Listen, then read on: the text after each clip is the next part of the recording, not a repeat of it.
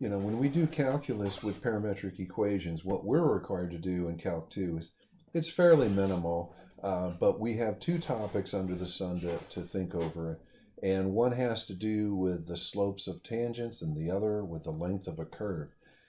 We've done that before, haven't we? In Calc 1, we learned all about what the slope of a tangent is. It's basically, that comes from dy dx, baby, and then you plug in a number and you get the slope of a tangent line, okay? I'm going to break this into two videos. They're going to be kind of quick, and one is having to do with tangent lines, and the other one's going to deal with the development and use of the length of curve. Okay, so let's get on this. So the development, okay, is quick, okay? So typically you've got x is some sort of function. We're talking about parametric equations, right? So parametric equations is what we're talking about, and y is equal to g of t.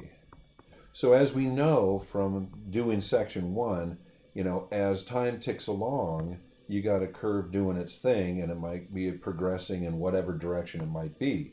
But someone comes along and says, hey, regardless of t, that's fine, but what I want is I need to know the slope of the tangent at that point. That point is typically x and y, isn't it? But it is found by t. So whatever, I mean, you can declare a point, but we still have to know what the parameter t is for that moment. That's part of the fun in this particular exercise. Now here's the development, okay? From the chain rule, the guy goes like, what does it go? Something like, well, the formula is this. dx dt is equal, I'm sorry, what are we looking for? dy dx is equal to dy dt over dx dt. And you go, why? Why is that so? Because from the chain rule, we can say this. We can say dy dt is equal to dy dx times dx dt. That's the chain rule. Y is a function of x is a function of t. Therefore, the derivative of y with respect to t is found that way. But we mess with it a little bit, and we use this formula. It's a simple formula.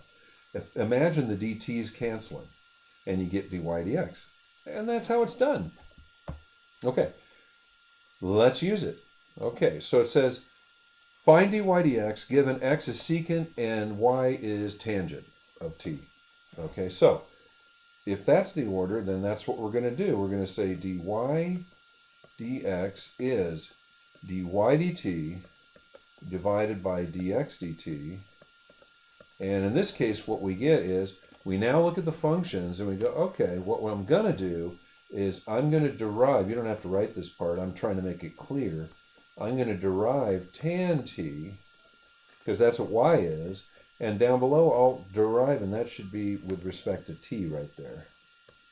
I'll derive with respect to t the x function, which is secant of t. Okay? So what happens? Well, we know the derivative of tangent is secant squared. We know that the derivative of secant is secant tangent. And perhaps we want to clean this up a little. We're going to lose, I don't know, one of the secants. We're left with secant t over tan t. That's pretty nice. But let's say if that's all they want us to do, maybe we want to clean it up a little bit. This is nothing but trig at this point. So dy dx is equal to this formula, which is 1 over cosine of t divided by sine of t over cosine of t, which means really what you've got is 1 over sine t. Another name for that, if you wish, is cosecant t.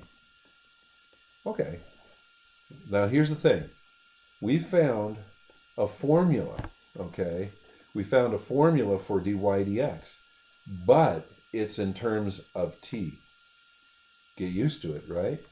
This thing, when you plug in, it will tell you the slope of the tangent lines, but it's still a function of time, or t. And that's it. So that's that one. That's how you utilize the formula, and maybe a little bit of interpretation too.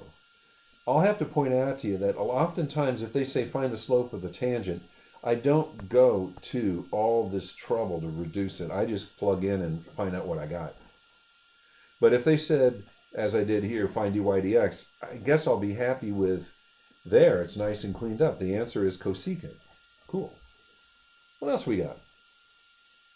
It says, find the equation of the line tangent to the parametric curve. X is secant, y is tangent at the point, okay, yep, at the point when t is pi over 4. Okay, so y is tangent. I was checking to make sure I have it in the right order. Y is up top, x is downstairs, tangent over secant, those guys' derivatives. Sounds good.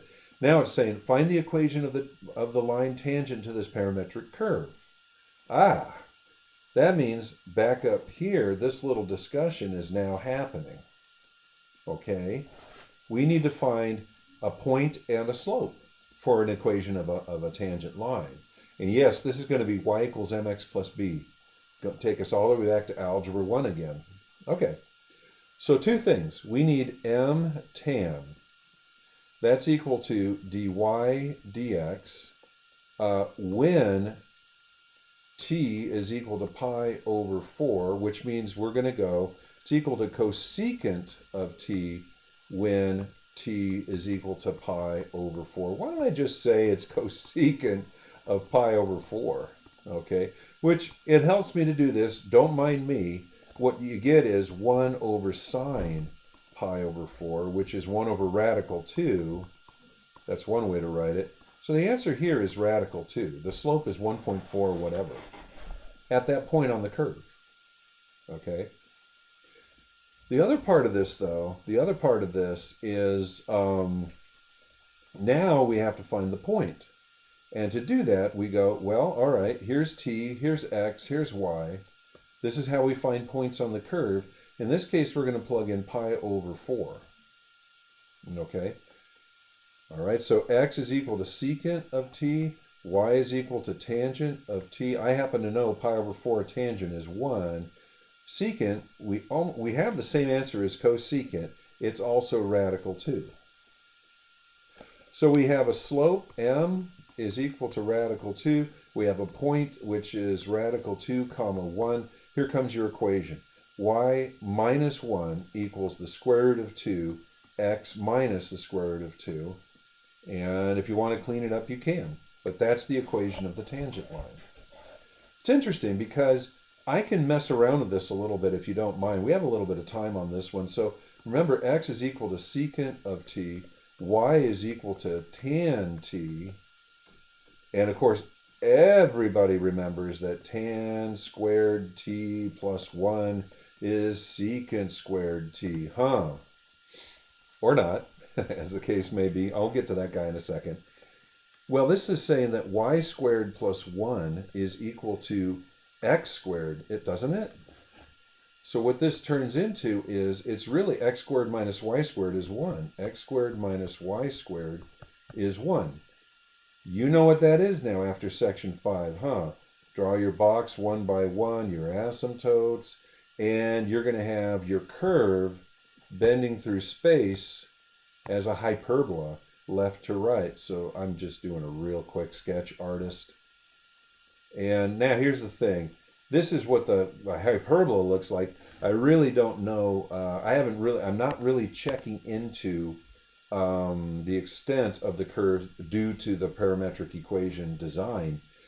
But I will say this, when we look at radical 2 and then 1 for y, we're out about here maybe, and I'm just going to guesstimate maybe, about here, our line is doing something like that. That was a real rough sketch. I mean, a terrible sketch.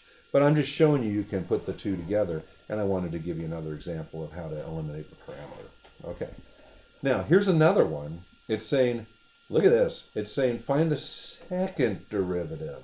This is going to appear really strange to you, because what we have is x is equal to, what was it again? Secant? Y is equal to, what was it? Tangent? And what do we find? Y prime. I'm going to call it y prime. That's dy dx is equal to cosecant t. Now, if you want a rate of change with respect to x, okay, you have to follow that formula. And in this case, we have to do it again. So namely, what we're going to do is this d2y dx2, it's awkward notation, but what it really means is you are deriving, it's the second derivative of y with respect to x. So what I'm going to write it in English, derive y prime with respect to x. In other words, derive with respect to x and derive with respect to x again. So this is what the formula says. We're going to derive with respect to t y prime over the derivative with respect to t of x again. With respect to x again. And we're going to get, well, it's the derivative with respect to, this is confusing, isn't it? Cosecant t. A student would just go, so put the derivative of x underneath it again. That's all there is to it. So this is the derivative down here. It looks with respect to, see, this guy is secant. And so in this case, what we're going to get is derivative cosecant is negative cosecant t cotangent t. Downstairs derivative of secant is secant t tangent t. Now, we might want to do this to clean things up a little. We have a negative. Upstairs we have 1 over sine. And then we have times cosine over sine. Downstairs we have 1 over cosine times sine over cosine. Trig experts, what do you got? Well, we've got cosine over sine squared. Invert and multiply, we've got cosine squared over sine. It's looking like, I'm going to write this in a funny way. I'll say the second derivative of y with respect to x is really cosine cubed over sine cubed, or how about we say cotangent cubed of t. All cleaned up, ready to be used, and I think that's the end of this video. The next stop, we're going to do length of curve. All right, man, that's a lot there. Good stuff. So the thing about that last one, that's going to be confusing. You derive y prime and you divide it by the derivative of x again.